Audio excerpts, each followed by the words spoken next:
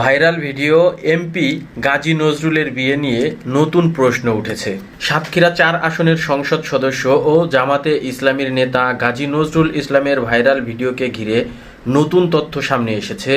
তিনি দাবি করেছেন, ভিডিওতে থাকা মরিয়ম খাতুন তার দ্বিতীয় স্ত্রী এবং 17 জুন পারিবারিকভাবে তাদের বিয়ে হয়েছে।